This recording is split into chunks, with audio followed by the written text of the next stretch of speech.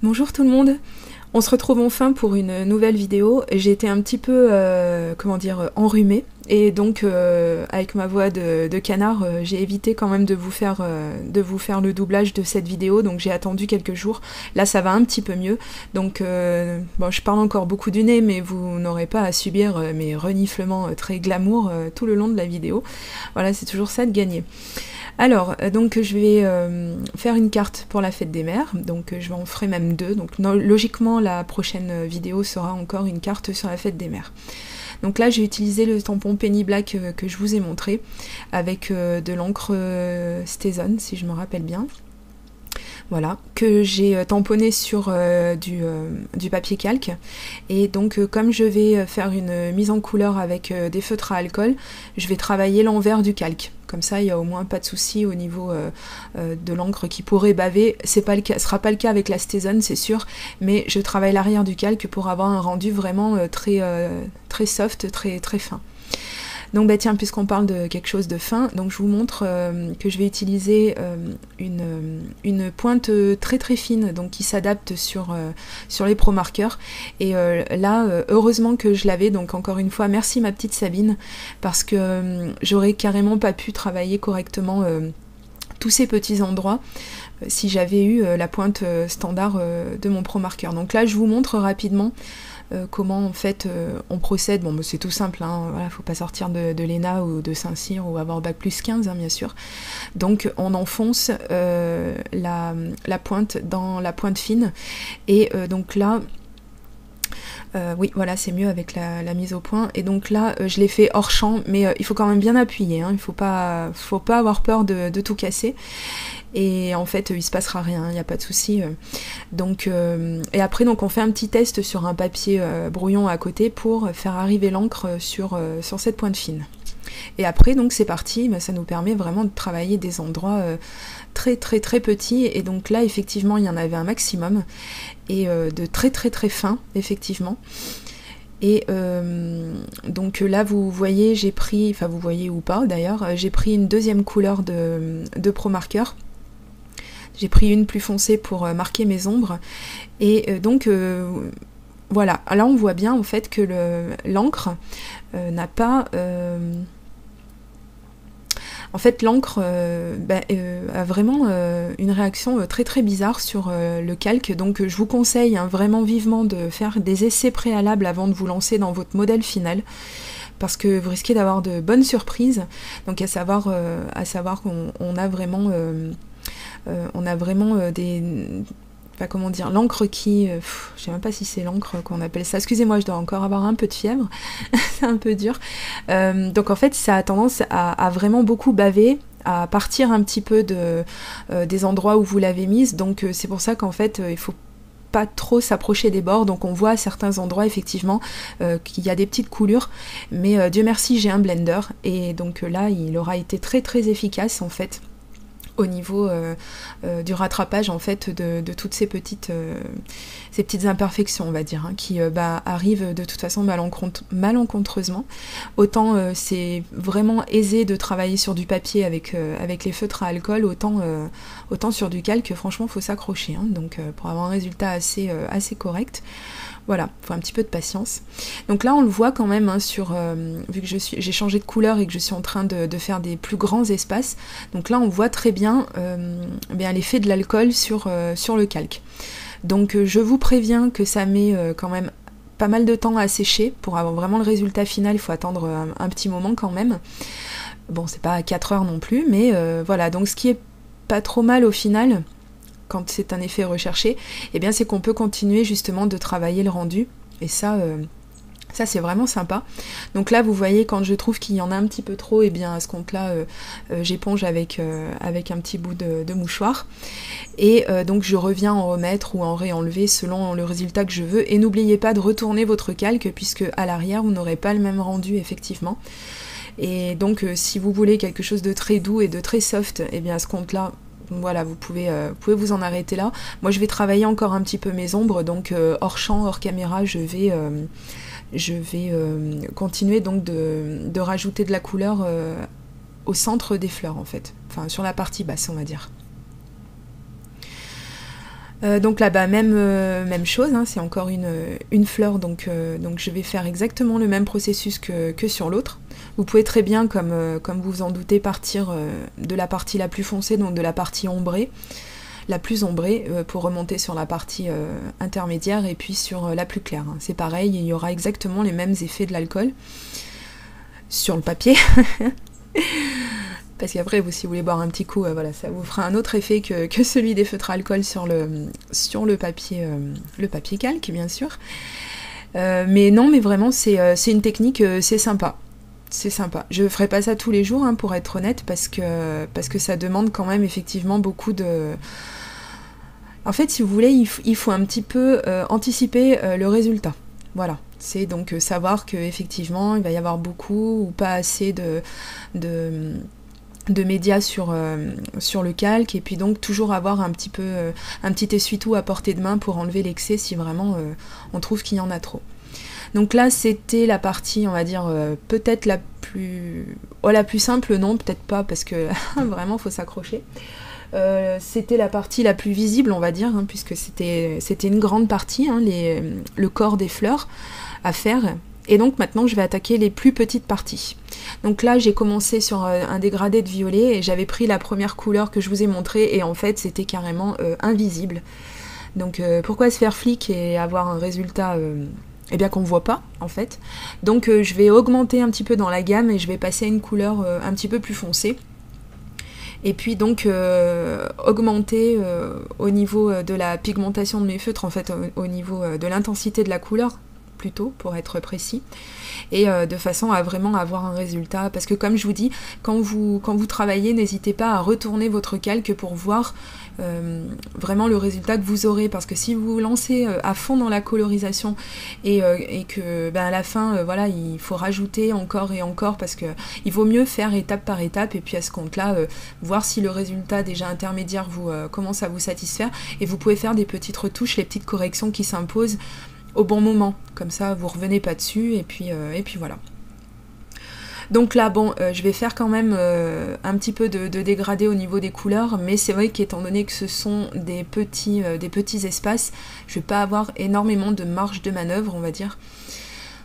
Mais je vais le faire quand même, puisque c'est quand même le point principal de ma carte, hein, la colorisation, donc je vais quand même soigner mon résultat. Donc vous voyez, quand on retourne, on a vraiment quelque chose de bien plus doux, et c'est très très très joli.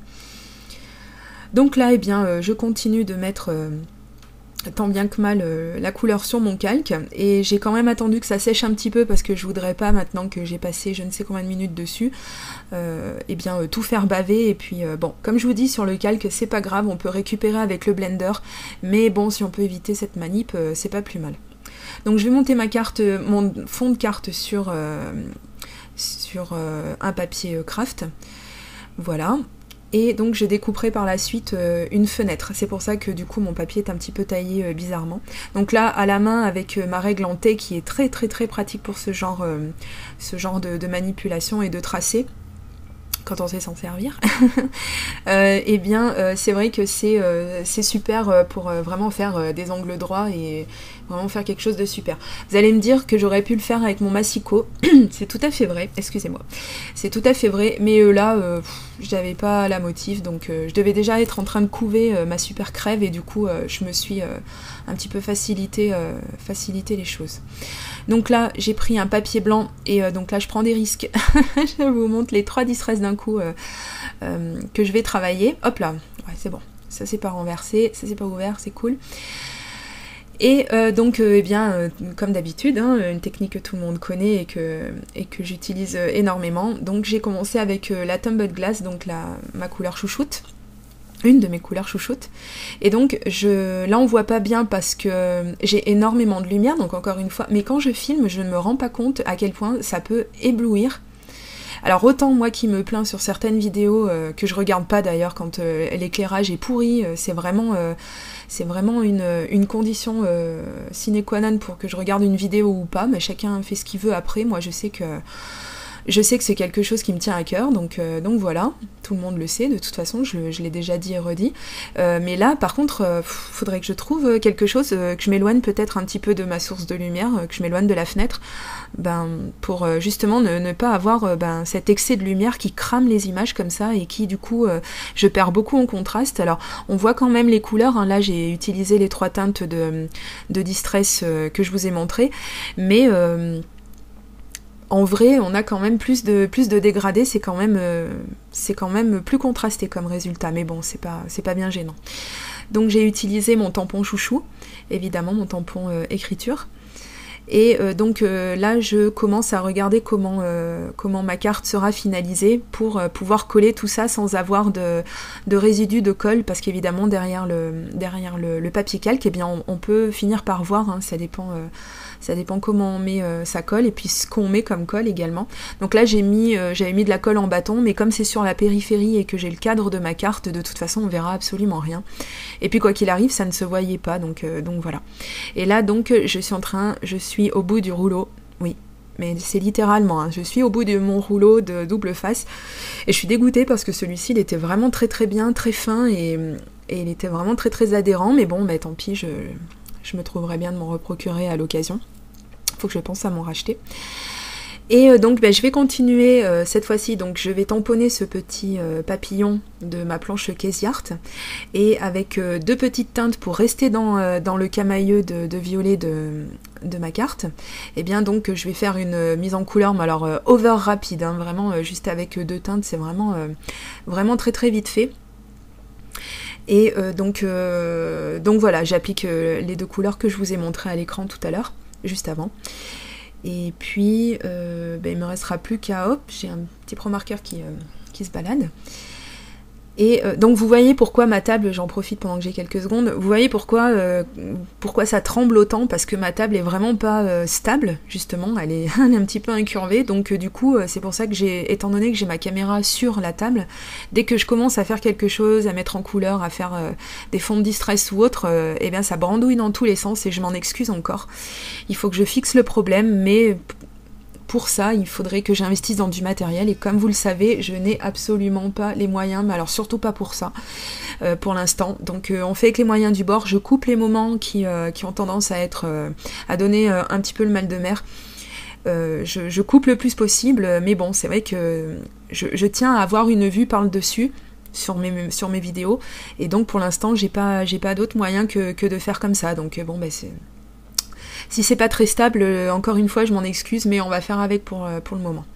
Donc là, je colle mes papillons. Alors, je vais coller une aile à plat avec de la colle en bâton, et l'autre aile, et d'ailleurs là, vous voyez que j'ai découpé mes papillons, j'avais oublié de noircir la tranche, alors il était temps, hein, que je m'en rende compte, parce qu'après, il allait vraiment être trop tard.